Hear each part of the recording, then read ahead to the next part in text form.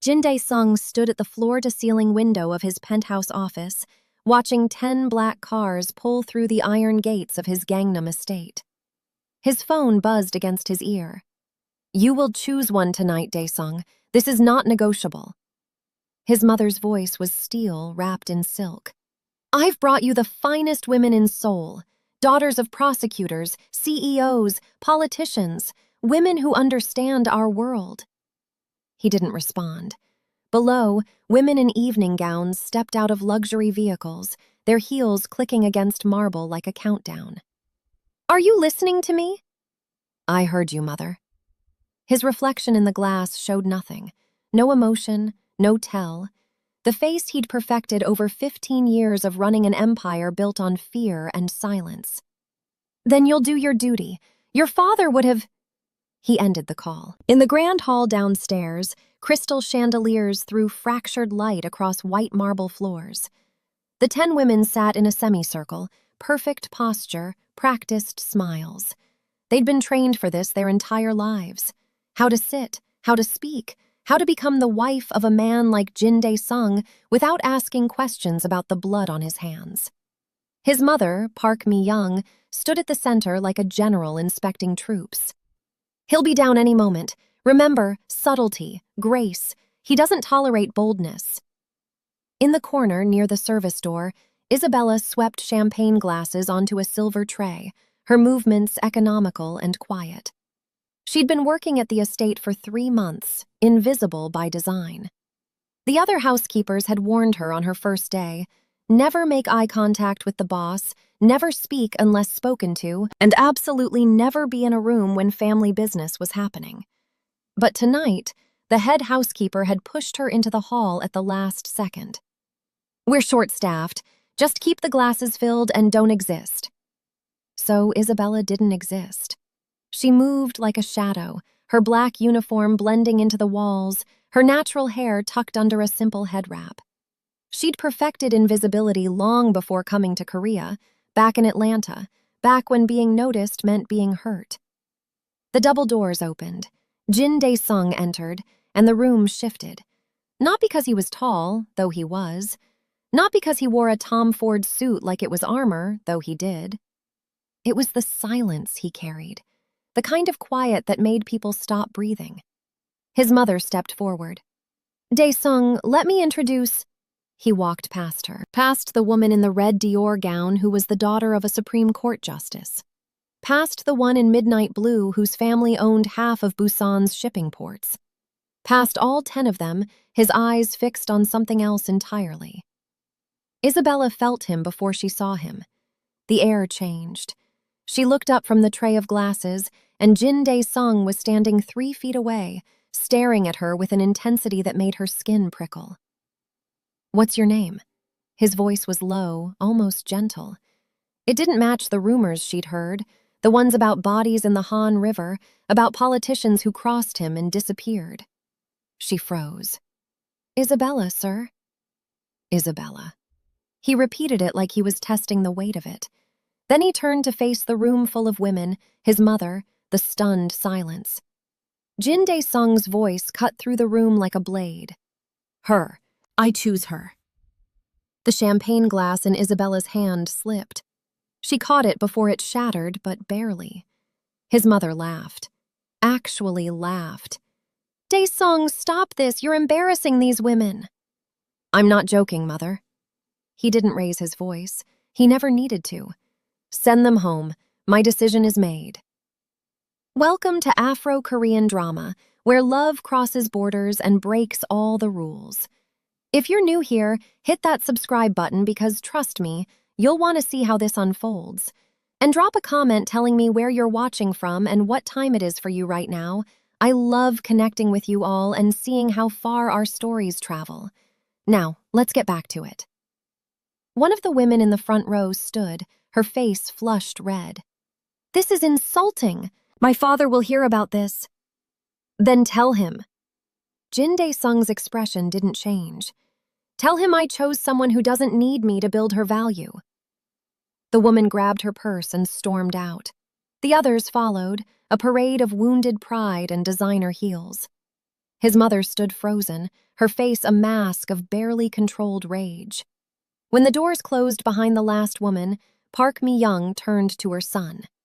"Explain yourself." "There's nothing to explain. You just humiliated 10 of Seoul's most powerful families for—" She gestured at Isabella like she was a stain on the marble. "For the help? Have you lost your mind?"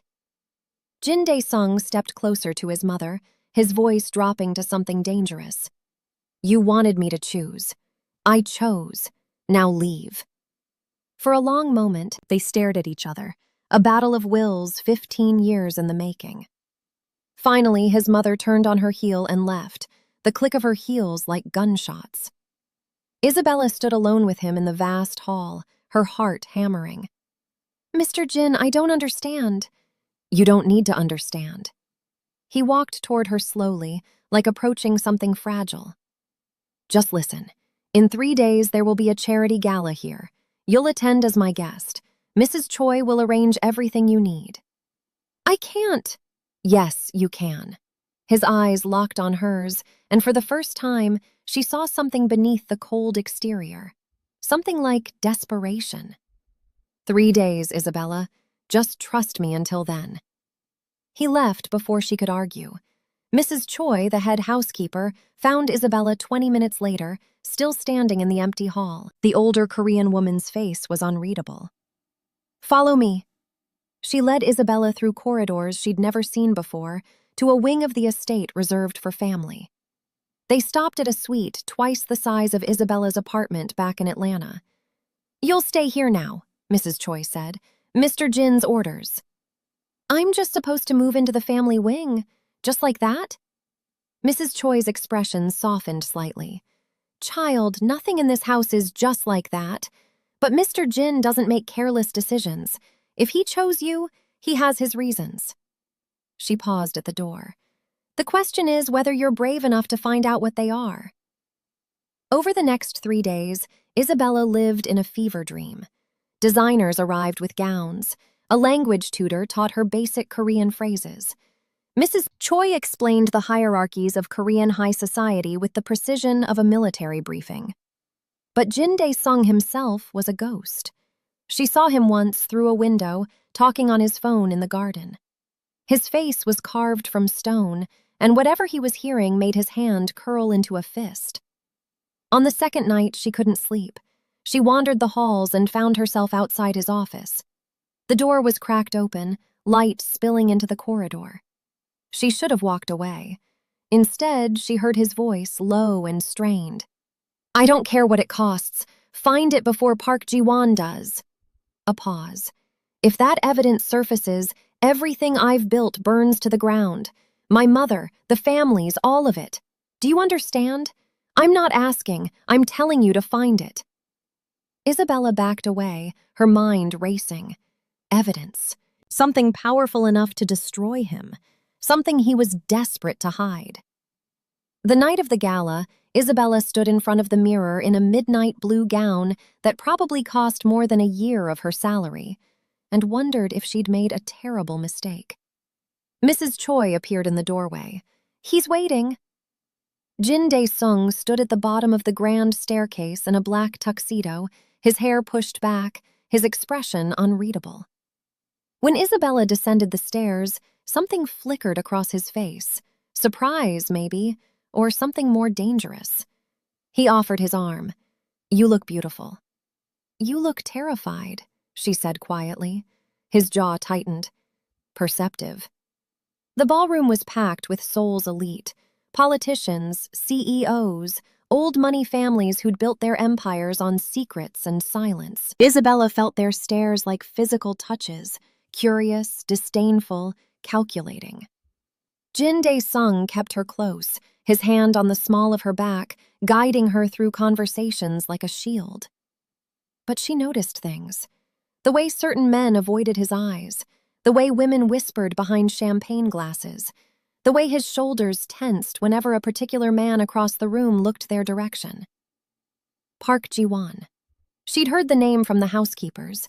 Jin Dae-sung's rival, a man who'd been trying to take over his territory for years.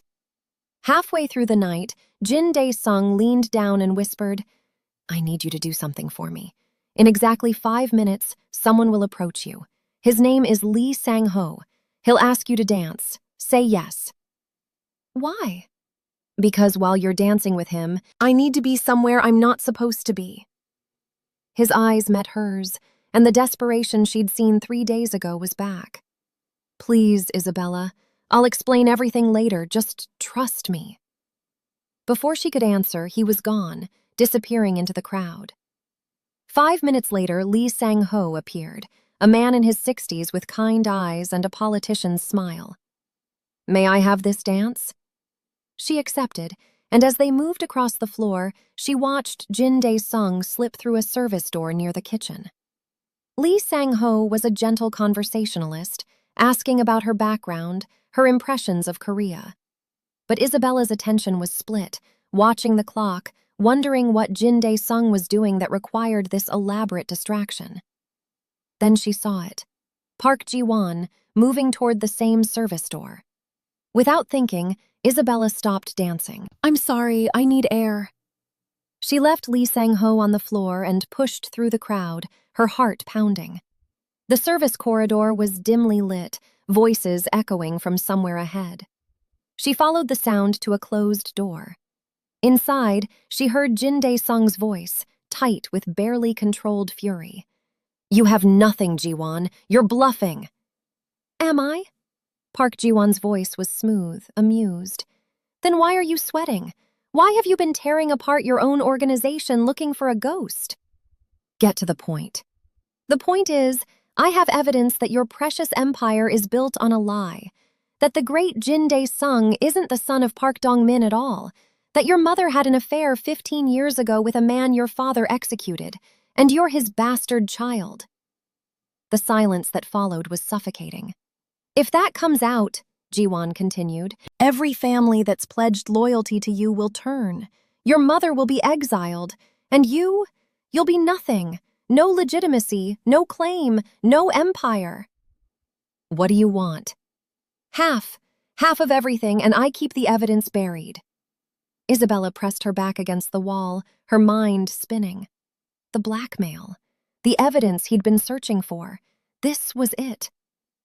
Jin Dae-sung's voice, when he finally spoke, was hollow. I need time. You have 3 days. After that, I go public. Footsteps approached the door. Isabella ran, her heels clicking against marble as she raced back to the ballroom. She slipped into the crowd, her breath coming in short gasps, just as Jin Dae-sung emerged from the corridor, his face a perfect mask. He found her an hour later on the terrace, alone under the stars. You heard. It wasn't a question. I heard. He leaned against the railing, his shoulders sagging for the first time since she'd met him. So now you know. I'm not who everyone thinks I am. I'm the son of the man my father murdered. My entire existence is a lie. Is it true? I don't know. He laughed, bitter and broken. My mother won't tell me, but the evidence Ji-won has, photos, letters, DNA results, it's convincing enough to destroy everything. Why did you choose me? Isabella asked. That night with all those women, why me?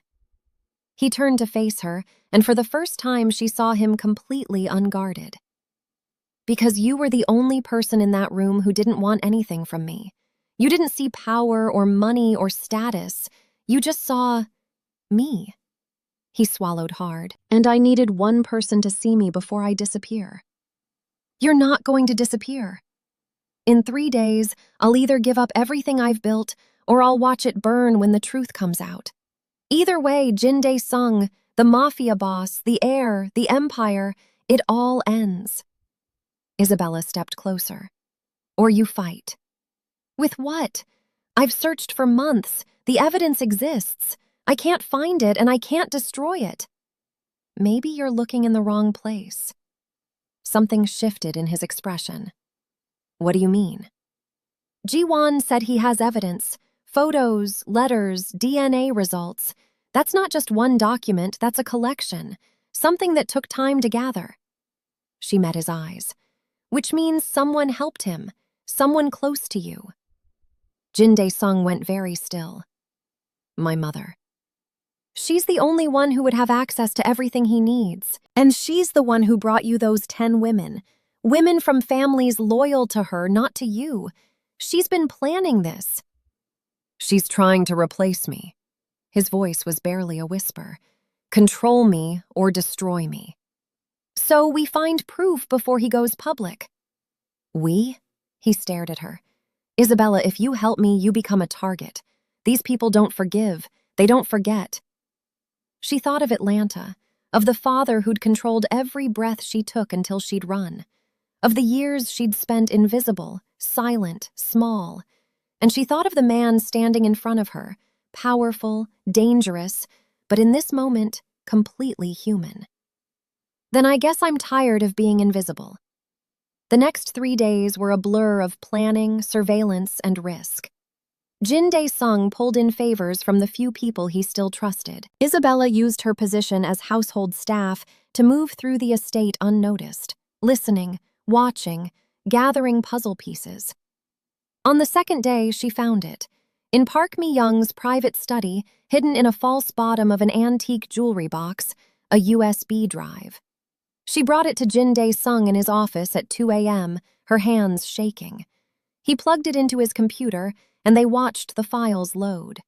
Photos of his mother with a man Isabella didn't recognize, letters written in passionate Korean, and a DNA test dated 15 years ago showing a 99.9% probability that Jin Dae-sung was the biological son of Kim Tae-hyun, a man his father had executed for betrayal. But there was more. Financial records showing payments from Park Mi-young to Park Ji-won over the past 6 months, emails coordinating the blackmail scheme, and a final document, a contract giving Ji-won control of Jin Dae-sung's empire in exchange for his mother remaining head of the family. She's not trying to protect me, Jin Dae-sung said quietly. She's trying to erase me. Isabella put her hand on his shoulder. What are you going to do? He stared at the screen for a long moment. Then he copied everything to a second drive, encrypted it, and sent it to 3 different locations. I'm going to burn it all down, he said, but on my terms. The next morning, Jin Dae-sung called a meeting of the 5 most powerful families in his organization. His mother arrived, expecting him to announce his surrender to Ji-won's demands. Instead, Jin Dae-sung stood before them and played the evidence. Not the DNA results, not the photos of his mother's affair, the financial records, the emails, the contract. Park Ji-won and my mother have been working together to stage a coup, he said, his voice steady and cold. They plan to use false evidence to force me out and divide my empire between them. This is proof. Park Mi-young went pale. Dae-sung, you don't understand. I understand perfectly, Mother. You chose power over your own son. Park Ji-won tried to leave. Jin Dae-sung's men blocked the doors. Here's what's going to happen, Jin Dae-sung continued. My mother will retire from all family business effective immediately.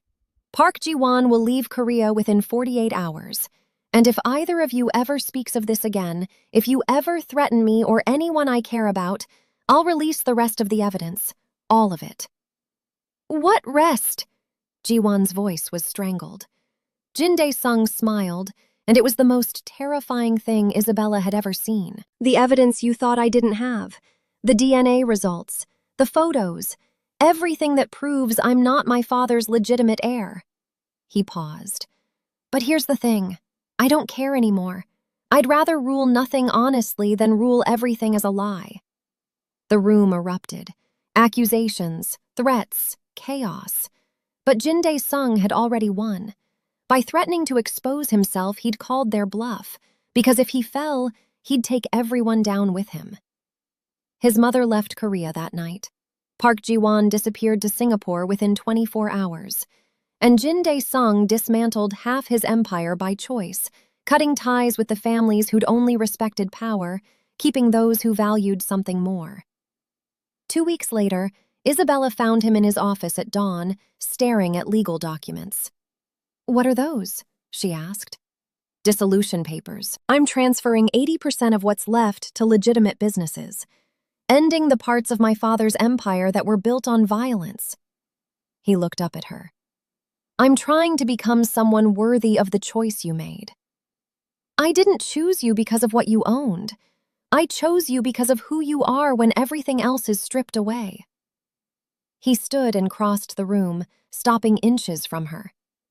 I can't ask you to stay, Isabella. Even without the worst of it, my world is still dangerous, still complicated. I know. You could go back to Atlanta, start over. I'd make sure you had everything you needed. Is that what you want? No. The word came out rough, honest. I want you to stay. I want to build something real with you. But I won't trap you the way my mother trapped my father, the way this life traps everyone it touches. Isabella thought about freedom, real freedom, not running from something, but running toward it. I'll stay, she said, but not here, not in Seoul, not in this house where everything happened. Where then? Jeju Island. I've heard it's beautiful. We could start something there, something that's just ours. He studied her face like he was memorizing it. A small business? A guest house, maybe. Something quiet. I don't know how to be quiet. She smiled. Then I'll teach you. 6 months later, they stood on a cliff overlooking the ocean in Jeju, watching construction workers put the final touches on a small guest house. Jin Dae-sung had changed his name legally to Jin Minho, a fresh start, a new identity separate from the empire he'd left behind. But Seoul wouldn't let him go completely. The families he'd cut ties with didn't forgive. His mother, exiled in Japan, sent messages through intermediaries, threats veiled as concern. And there were nights when Isabella woke to find him on the balcony, staring at the dark water, fighting ghosts she couldn't see. You're thinking about going back, she said one night, joining him outside. No, I'm thinking about the cost of leaving. He pulled her close. Every person I cut loose, every operation I shut down, some of those people needed that protection, and now they're vulnerable. You can't save everyone, Minho. I know, but I also can't pretend the consequences don't exist. She turned to face him. Do you regret choosing me? Never. He cupped her face. You gave me the one thing I'd never had, the freedom to choose something for myself, not for power, not for family, not for empire, just for me. Then that's enough. But it wasn't. Not completely. 3 months after the guest house opened, on a quiet Tuesday morning, Isabella found an envelope slipped under their door. Inside was a single photograph, Jin Dae-sung's mother standing outside the guest house, watching. He made the call that afternoon. Mother. Dae-sung. Her voice was exactly as he remembered. Or should I call you Minho now? What do you want? I want to see you, to talk. There are things I never explained. I don't need explanations. But you deserve them. A pause. I'll be at Cafe Sora tomorrow at noon. Come alone.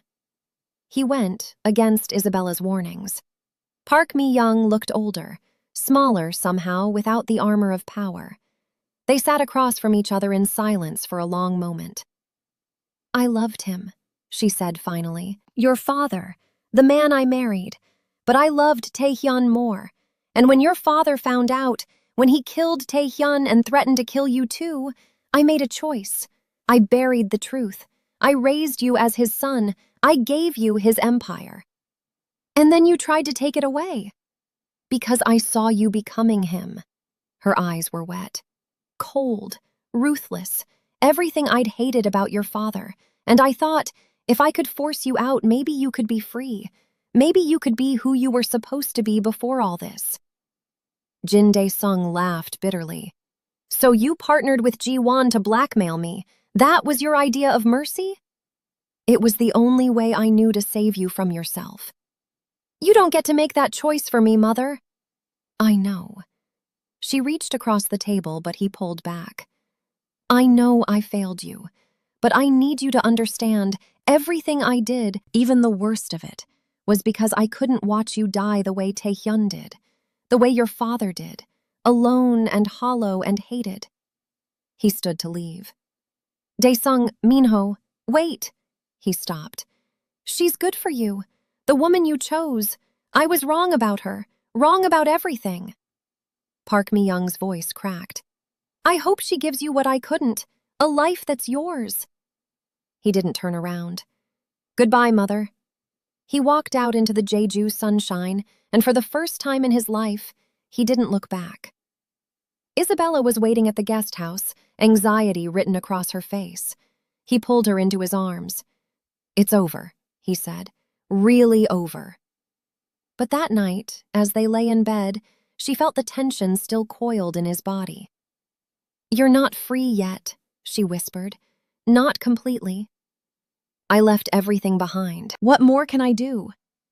You can forgive her. He went rigid. She doesn't deserve forgiveness. Maybe not, but you deserve peace. Isabella propped herself up on one elbow, looking down at him. As long as you're carrying that anger, she still has power over you. And I didn't watch you burn down an empire just to see you stay trapped by what it left behind. Weeks passed. The guest house thrived. They built a life of small, beautiful things, morning coffee on the balcony, teaching each other's languages, learning to be ordinary. But ordinary was harder than Jin Dae-sung had expected. He'd built his identity on power and control for so long that without it, he felt unmoored.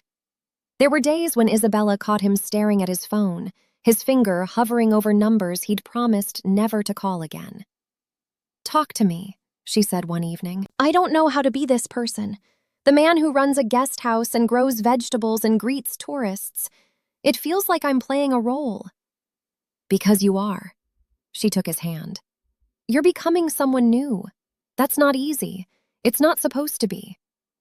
What if I can't do it? What if I wake up one day and I need the power back? Then you'll make that choice and I'll make mine. Her eyes were clear, unflinching. But don't lie to yourself, Minho. If you go back, it's not because you have to. It's because you want to. And I won't watch you pretend you're a prisoner when you're choosing the cage. The truth of it hit him like a physical blow. He'd blamed his father, his mother, the empire, the families. But the choice had always been his. 2 months later, he got a call from Lee Sang-ho, the politician who danced with Isabella at the gala. I need your help, Lee said. There's a situation, human trafficking ring using old routes that your father's organization controlled. The police can't touch them because of political connections, but you could. I'm out of that world.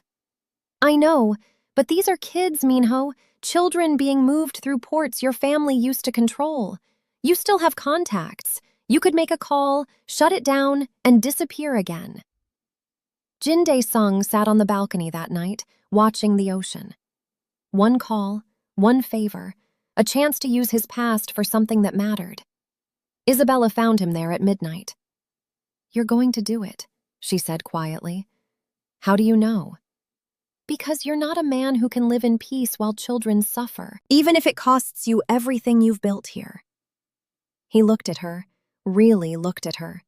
If I make that call, I step back into that world, even just for a moment, and once you're in, I know how it works. I can't ask you to live with that. She sat down beside him, took his hand. You're not asking. I'm choosing. But Minho, if you do this, we have to set boundaries. One call, one intervention, and then we walk away again. What if one becomes two? What if I can't stop? Then I'll tell you. Her voice was firm. I'll tell you when you're slipping, when you're becoming who you used to be, and you'll have to decide if you trust me enough to listen. He made the call the next morning. 48 hours later, 15 children were rescued from a container ship, and 3 politicians resigned in scandal. Jin Dae-sung and Isabella watched the news together, his arm around her shoulders. Do you feel good about it? She asked. I feel useful. For the first time in months, I feel like I did something that mattered. Then maybe that's the answer. Not all the way in, not all the way out, but somewhere in between. Over the next year, they found a rhythm. The guest house remained their home, their sanctuary. But when Lee Sang-ho called, which he did occasionally, with situations that needed Jin Dae-sung's particular skills and connections, he listened. Sometimes he helped. Sometimes he said no. And slowly, painfully, he learned to live with the complexity of being a good man with a dark past, of having power and choosing when to use it. But there were costs. There was the night Isabella woke to find him gone and tracked him to a warehouse in Seogwipo, where he was meeting with men who spoke in codes and carried weapons. She watched from the shadows as he negotiated the release of a woman being held for debt, her heart pounding with fear and something else, the recognition that this was who he was, would always be. Not purely good or purely evil, but human and dangerous and trying. There was the morning his mother died in Japan, and he received the news with dry eyes, the grief so complicated it had nowhere to go. And there was the day, 18 months after they'd opened the guest house, when Isabella found out she was pregnant. She told him on the beach at sunset, watching his face transform from shock to fear to something that looked like hope. "I don't know how to be a father," he said. "I barely know how to be myself." "Then we'll figure it out together, like everything else."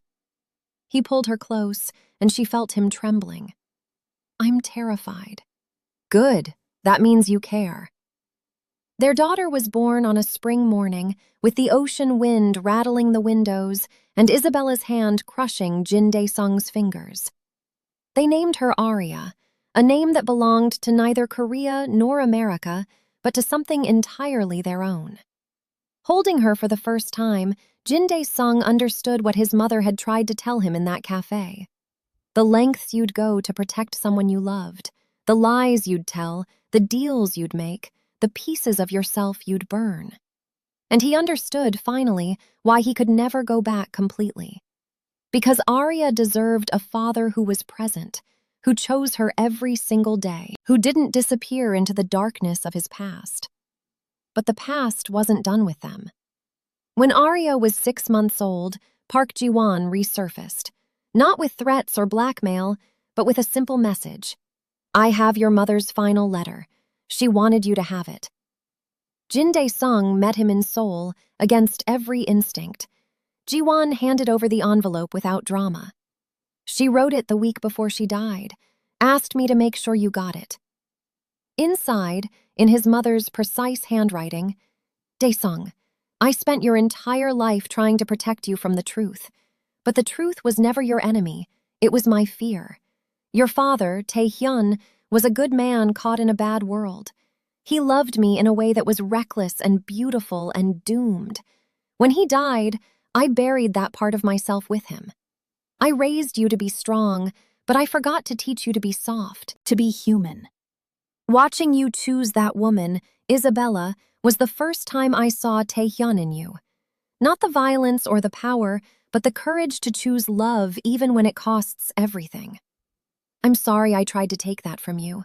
I'm sorry I made you believe you had to be like Park Dong-min to survive. You don't. You never did. Be better than both of us. Be the father I couldn't let your real father be. Be the man you were always supposed to become." With love and regret, Mother Jin Dae-sung read it 3 times, standing on a Seoul street corner, tears streaming down his face. Then he went home to Jeju, to Isabella and Arya, to the guest house and the ocean and the life they were building one imperfect day at a time.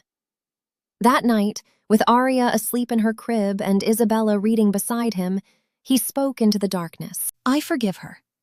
Isabella set down her book. "Yeah?" "Yeah." He turned to face her. "Not because she deserves it, but because I deserve to let it go." She kissed him softly. "I'm proud of you." "For what?" "For becoming someone who can say that and mean it."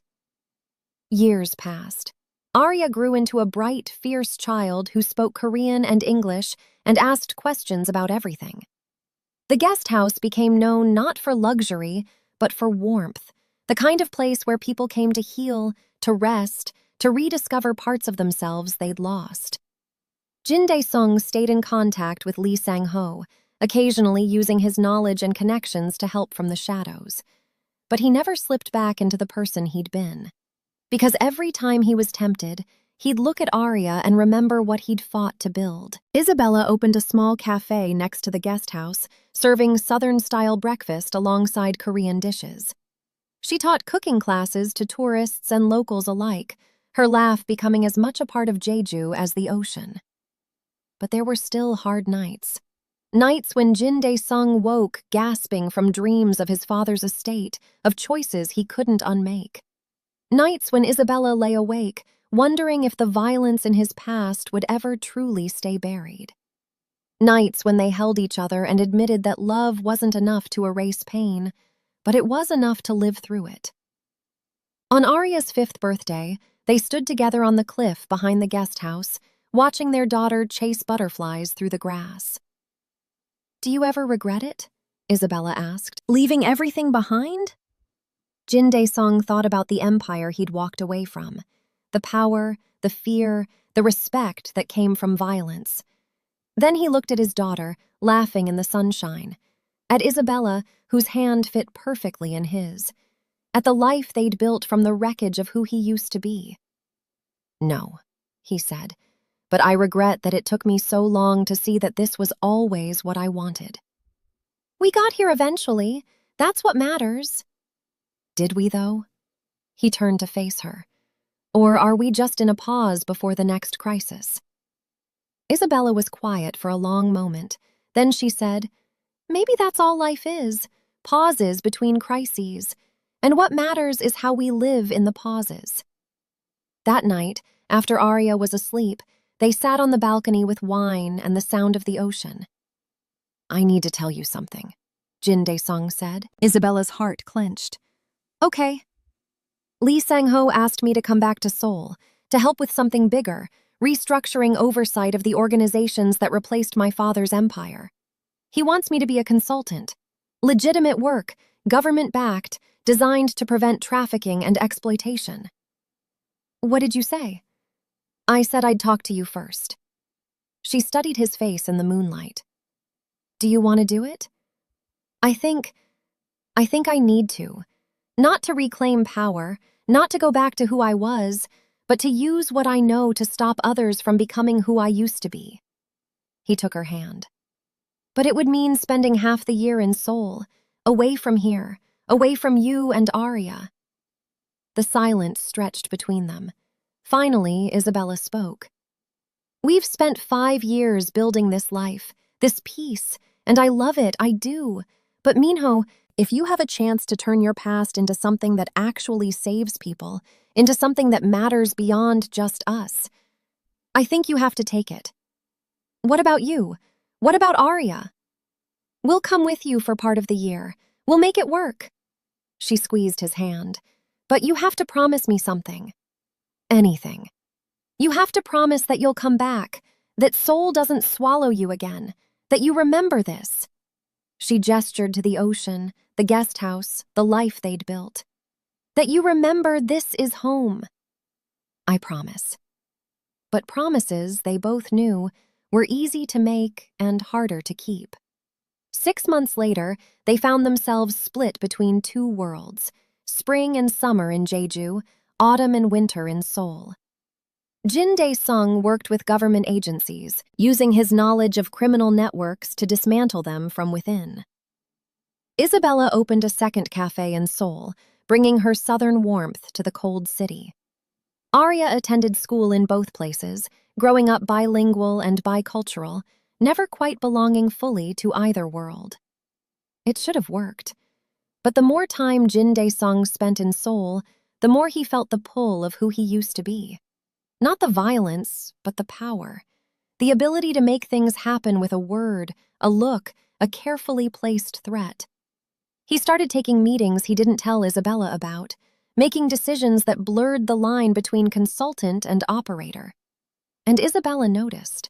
She noticed him coming home later, his eyes harder, noticed the way he talked to Arya with half his attention elsewhere, noticed the phones he kept separate, the conversations that ended when she entered the room. On a cold November night, she confronted him. "You're slipping!" He looked up from his laptop, his face guarded. "What?" "Back into who you were, back into the darkness." I'm doing good work, Isabella, real work that saves lives. I know, but you're also doing something else, something you're not telling me about. The silence between them was sharp with accusation and guilt.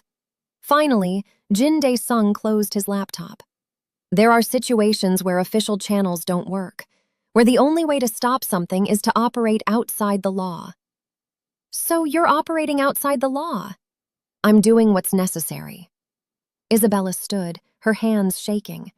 This is what I was afraid of, that you'd convince yourself the ends justify the means, that you'd become who you were before, just with a prettier justification. That's not fair, isn't it? Her voice rose. You promised me, Minho. You promised you'd come back, that Seoul wouldn't swallow you, and I can feel you disappearing. He stood to face her, frustration and defensiveness warring on his face. What do you want me to do? Walk away from work that actually matters? Go back to Jeju and pretend I'm satisfied running a guest house while children are being trafficked and politicians take bribes and the systems I know how to break keep running? I want you to remember that you have a daughter who barely sees you anymore, a wife who's watching you turn back into someone she doesn't recognize. I'm trying to be both, the father, the husband, and the person who can actually make a difference. You can't be both. The words echoed in the apartment. Isabella's eyes filled with tears. You can't save the world and be present for your family. You have to choose. Why? His voice broke. Why do I have to choose? Because that's the cost, Minho. That's always been the cost. They stood there, 5 feet and a lifetime apart, the Seoul's city lights glittering behind them. Finally, Isabella spoke, her voice soft and devastated. I love you. I've loved you since the night you chose me over every powerful woman in Seoul. But I won't watch you destroy yourself trying to be everything to everyone. What are you saying? I'm saying, maybe we need time apart. Maybe you need to figure out who you are when you're not trying to be my husband or Arya's father or Seoul's savior. Isabella, I'm taking Arya back to Jeju for the rest of the winter. You stay here, do your work, and when you're ready to come home, really home, not just visiting, we'll be waiting. She left the next morning. Jin Dae-sung stood in the empty Seoul apartment, surrounded by the work that had seemed so important, and felt the weight of his choices crushing him. For 3 months, he threw himself into his work, dismantled 2 trafficking rings, exposed a corrupt prosecutor, rebuilt relationships with families who'd once feared his father. And every night, he video-called Arya, watching her grow through a screen, hearing Isabella's careful, distant voice in the background. He was making a difference. He was doing important work. He was completely, utterly alone. In late February, Lee Sang-ho found him working at midnight in a government office. Go home, Minho. I am home. No, you're hiding. Lee sat down across from him. You're doing the work because it's easier than facing what you've lost. I haven't lost anything. Isabella and I are just taking a break. For 3 months? While your daughter asks every day when Daddy's coming home? Lee's voice was gentle but firm. You're one of the smartest people I know. Don't be stupid about this. What am I supposed to do? Abandon this work? People need you to be whole, and you're not whole when you're torn in half. Jin Dae-sung put his head in his hands. I don't know how to be just one thing. I spent my whole life being the boss, the heir, the weapon. And now I'm supposed to be the consultant, the father, the husband, and I don't know how to do any of it without sacrificing the others. Then maybe that's the wrong question. What's the right question? Not how do I do everything, but what do I need to do to live with myself? Lee stood to leave. Your mother spent her whole life trying to protect you from hard choices. Don't make the same mistake with yourself. Make the hard choice, Minho. Choose what matters most. That night, Jin Dae-sung walked through the Seoul streets where his father had built an empire, where his mother had buried secrets, where he'd learned that power was everything. And he realized that all of it, The empire, the power, the work, the importance was worth nothing if he lost the people who made him human. He flew to Jeju the next morning. Isabella was in the cafe when he arrived, teaching a cooking class to a group of tourists. She looked up when he walked in, and something in her expression broke. "Minho." "I choose you," he said, right there in front of everyone. "I choose Arya. I choose this life, not perfectly, not without complications, but with my whole heart. I'm done trying to save Seoul. I'm done trying to be everything. I just want to be yours." She crossed the room and kissed him, tears streaming down her face. "I'm sorry," he whispered against her lips. "I'm so sorry I made you wonder." I know you are." "I'm staying, in Jeju. I'll consult remotely if Lee needs me, but I'm not going back to Seoul. I'm not splitting myself in half anymore." She pulled back to look at him. "Are you sure? Because if you're going to regret it, if you're going to resent me, I could never resent you for saving my life." They stood there, holding each other, while the tourists applauded, and Arya burst through the door, launching herself into her father's arms. "Daddy, you came back!" "I came back, baby, and I'm staying." But life, as always, was more complicated than promises. Jin Dae-sung did stay in Jeju. He did consult remotely, using his knowledge to help without immersing himself in the darkness. But there were still moments. Moments when he read the news and saw trafficking numbers rising, when he knew he could stop it if he just went back. Moments when Lee Sang-hoo called with desperate pleas, with situations that needed Jin Dae-sung's particular skills. Moments when he felt the pull of being someone who mattered beyond his small island life, and Isabella saw those moments in his eyes. One night, 2 years after his return, she found him on the beach, staring at the ocean. "You're still fighting it," she said, "every day." "Does it get easier?" "No," he turned to her, "but it gets more bearable, because I know what I'd lose if I gave in." She took his hand. "I'm not asking you to be someone you're not. I never was. I just needed you to choose us first." "I did choose you. I do choose you." "I know. But Minho, if the day ever comes when you can't make that choice anymore, when the pull is too strong, I need you to tell me. Don't lie. Don't pretend. Just tell me and we'll figure it out together." He kissed her temple. "What if there's no figuring it out? What if it's just impossible? Then at least we'll know we tried, that we were honest, that we didn't lose each other to silence the way your parents did." They stood there as the sun set, two people who'd chosen each other against impossible odds, knowing that choice wasn't made once but every single day. And some days were harder than others. Some days Jin Dae-sung watched Arya play and felt nothing but gratitude. And some days he read about crimes he could have prevented and felt the weight of every life he wasn't saving. Some days Isabella looked at her husband and saw the man she loved, whole and present. And some days she saw the ghost of who he used to be, haunting the edges of who he was trying to become. But they'd built something together, not perfect, not clean, but real. A love that acknowledged its own fragility, a family that existed in the tension between who they were and who they wanted to be. A life that was messy and complicated and worth every difficult choice.